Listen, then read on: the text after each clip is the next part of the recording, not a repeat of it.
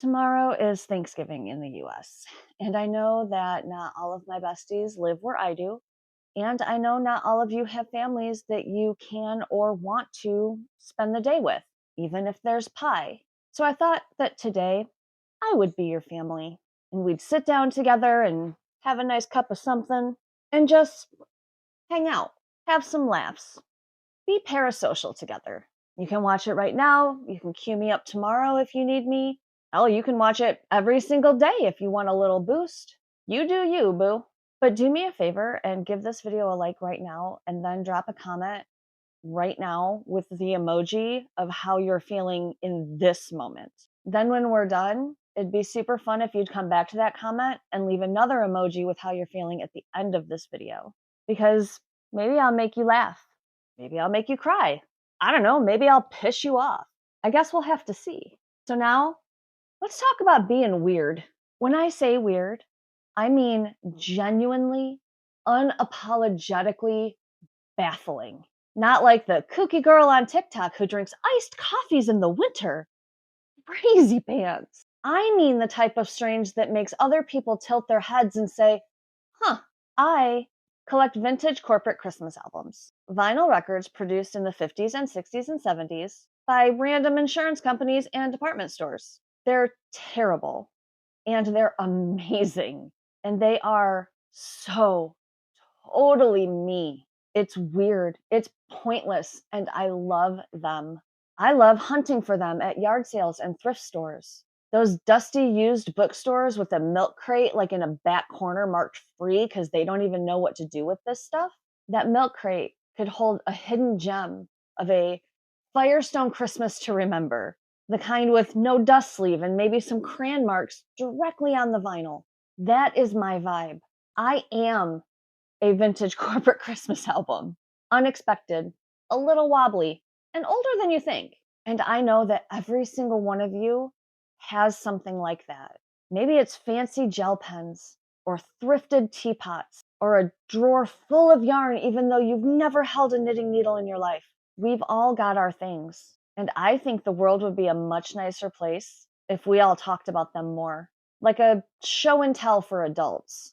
Except instead of macaroni art, it's emotional support stationery. I just spilled coffee all over myself. Can't take me anywhere. Listen, I cannot repeat often enough that my people are the people who are constantly described as too much, too loud, too colorful, too bossy. Yes, please, come sit next to me.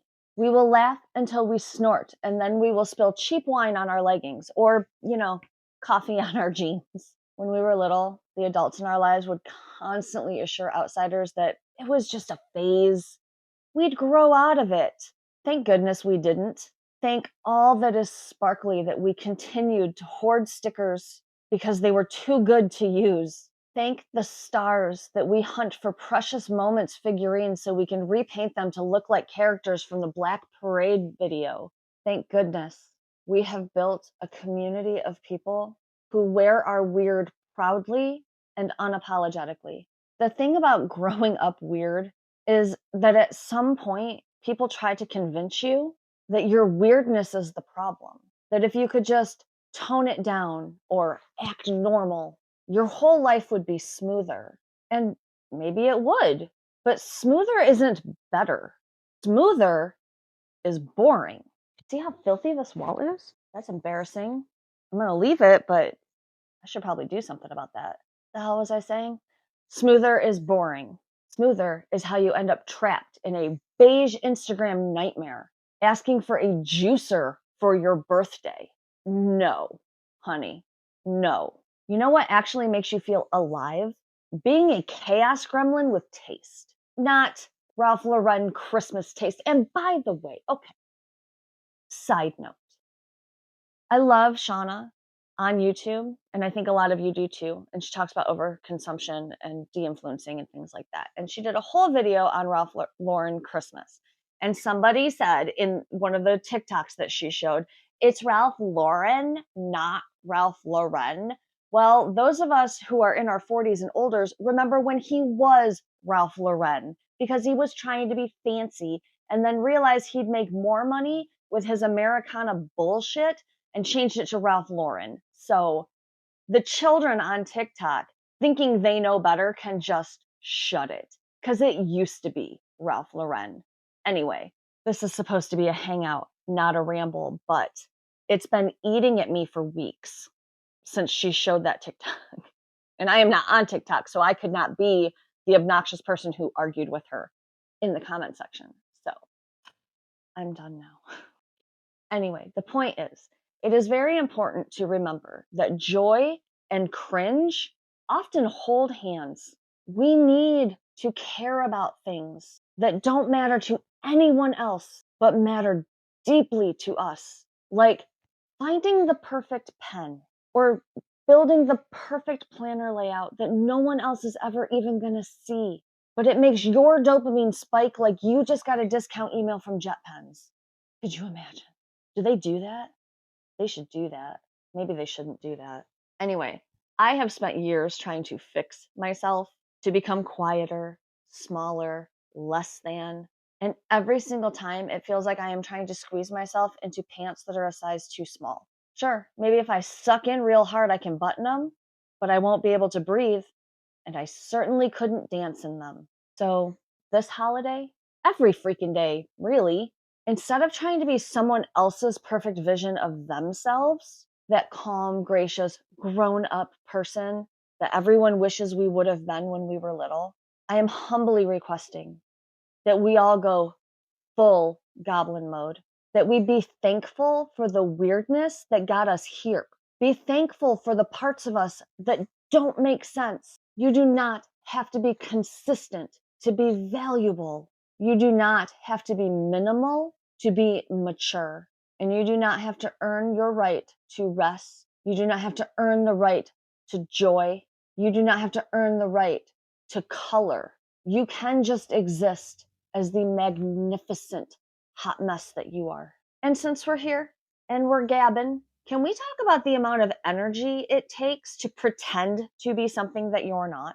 Masking is the most exhausting part of our existence. And we do not get enough credit for trying. But we certainly get plenty of grief for not trying. But you know what? Fuck that. I am not an NPC bouncing off the walls in the background, and neither are you. We are full main characters running headfirst into walls. And that is beautiful. We spend so much time performing normal that we forget how wonderfully weird we are when we drop the act. Like, you take that mask off and you are free to stim or to info dump about 90s era sitcoms, or to rearrange your bookshelf at 2 in the morning because you want a new vibe before you go to sleep. None of that is being broken. It's just being real. And real is where the good stuff lives. So if you are spending this time surrounded by people who don't get you, who roll their eyes when you talk about your sticker collection, that's okay. You do not need to shrink to fit at the table. Please bring your whole self, your loud laugh, your niche references. Wear your comfort cardigan that looks like it was made out of Muppet fur. Sing the songs that pop into your head when someone says a trigger word across the table. If they don't get it, that's their loss. You are not too much. They are simply not enough. And listen, I do know that it is hard sometimes.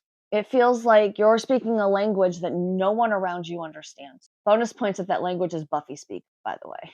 But that's the thing about weirdness. It's how your people find you. Every time you show up as your real self, you send up a little signal flare that says, "Hey, I'm here too." And somewhere out there, another little weirdo sees that and thinks, "Oh, thank cheese, I'm not the only one." That is how we build community. It's how we're building this community. I sent up my bat signal and you all came running straight from Arkham Asylum. And I love that for us. And hey, for those of you that are alone this week, either by choice or circumstance, I want you to know something. You're not missing out. You get to avoid small talk while staying home in your comfy clothes and eating pie straight out of the tin if you want to. Really, you're probably the one who's winning here. You can celebrate however you want or not. Watch your favorite movie, rewatch your favorite YouTubers, sit in the quiet. Because honestly, sometimes solitude is the best form of celebration. Because it's in those moments we can stop performing and start remembering who we really are. So, if today you want to clean the whole house while blasting Celine Dion, do it. It's all coming back to me now. Still stuck in my head every time I sit down to write. That song, it's a bop. Still a bop. Do the kids still say that? I bet they don't. Did they ever say that? Probably not. Anyway, if you just want to lay in bed and stare at the ceiling, do it. If you want to bake cookies shaped like skulls and frost them with glitter, call me. I will bring the sugar. The point is this: the best version of you is not the one who looks put together. The best version of you is the one that feels like home, the one that laughs too loud and collects weird things, who talks to their plants and forgets what day it is and still somehow keeps going. That version deserves to be celebrated, not hidden behind a mask of false perfection. Because remember, perfection doesn't even exist. The most beautiful, rich, talented movie stars in the world still get explosive diarrhea now and then. That's all I'm saying. We're all just out here living our lives the best that we can. And your best is your authenticity. So, yeah, tomorrow might be Thanksgiving here in the US, but today I am thankful for you, my weird, wonderful, too much besties. You are my people, and you are my favorite corner of the internet. Now go be weird and remember that I love you so, so much, and I am so, so proud of you today, tomorrow, every single day. Please don't forget to smash all those YouTube buttons for me and go leave me your emojis so I know if I gave you a laugh. I don't think I said anything that should make anyone angry, but you never know. At the very least, since we're here, tell me the weirdest thing you collect because we're all little oddballs and I'm super curious. So I'd love to hear it. I love you so much, and I hope that you have an amazing day. And always remember that you are loved, and being weird is the greatest gift that we can give ourselves. Bye.